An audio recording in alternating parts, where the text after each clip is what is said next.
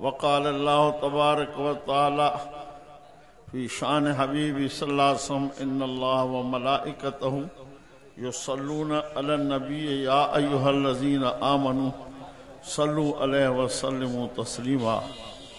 अल्लाह पाक कुरान शरीफ जी इन आयत में फरमायो तो जेके मुसलमान मोमिन कलमे पढ़ंदड़ हिन कुरान जी तिलावत कन था उन्हनि जो हिन कुरान ते ईमान आहे। सवा लख नबियन जे सरदार 1400 साल अॻु में उम्मत खे ॿुधायो आहे त जन्नत खे 4 क़िस्मनि जे माण्हुनि जे ॾिसण जो शौक़ु आहे। पहिरियों फरमायूं तालिल क़ुरान, जेको कुरान जी तिलावत थो करे जन्नत खे ॾिसण जो शौक़ु आहे।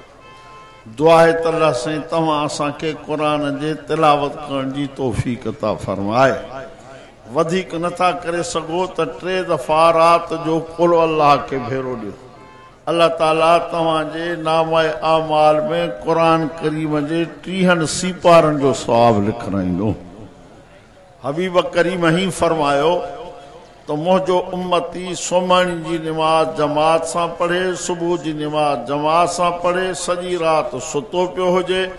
अल्लाह पाक मलाइकन के हुक्म तो करे तो मुझे इन बाने जे खाते में लिखो तो सजी रात मुझी इबादत कई। सुबह जी नमाज पढ़ी यासीन शरीफ के हिकड़ो भेरो दे, याद तस त याद पढ़े, याद न तस त ॾिसी पढ़े।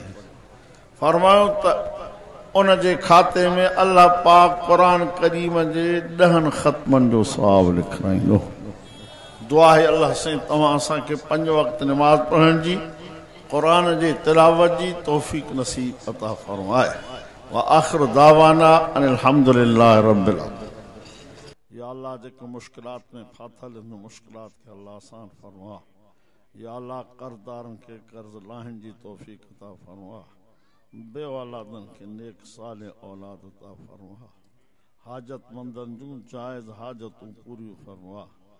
बेनमाजन के नमाजी फरमा। कुरान करीम जे अनपढ़ियलन के कुरान करीम नसीब फरमा। मुजाहिदीन फलस्तीन जी अल्लाह पाक मदद फरमा। अल्लाह से मुजाहिदीन फलस्तीन जी मदद फरमा। पूरी दुनिया में उम्मत मुस्लिमा जी मदद फरमा। अल्लाह से पूरे दीनी अदारन जी हिफाजत फरमा। खास तौर ते हिन मदरसे जी भी हिफाजत फरमा। उनजे फैज़ ऐं सदका जारिया के आम फरमा। रब असांजे ॿुधण ॿुधाइण के पंहिंजे दरबार में मक़बूल मंजूर फरमा। जॾहिं मारे तो ज़ुबान ते कलमो पाक जारी फरमा। उथारे तो हज़रत मोहम्मद करीम सल्लल्लाहु अलैहि वसल्लम शफ़ाअत नसीब फरमा।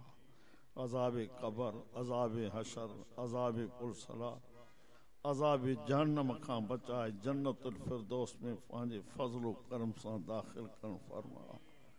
या अल्लाह असांखे घुरण नथो अचे, बिना घुरण जे अता फरमा। अल्लाहुम्मा अहसिन आक़िबतना फिल उमूरि कुल्लिहा। अल्लाहुम्मा अजिरना मिन खिज़्यि दुनिया व मिन अज़ाबिल आखिरा।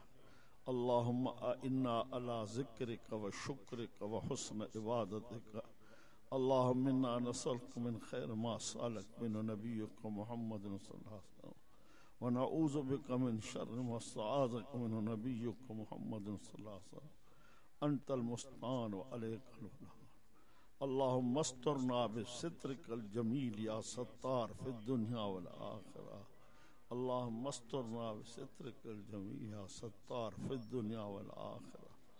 रब्बना तक़ब्बल मिन्ना इन्नका अंतस समीउल अलीम व तुब अलैना इन्नका अंतत तव्वाबुर रहीम। रब्बना ला तुज़िग़ क़ुलूबना बअद इज़ हदैतना व हब लना मिन लदुनका रहमतन इन्नका अंतल वहाब। सल्लल्लाहु तआला खैर खल्क़िही मुहम्मदिन व आलिही व अस्हाबिही अजमईन बिरहमतिका या अरहमर राहिमीन। ला इलाहा इल्लल्लाह मुहम्मदुर रसूलुल्लाह।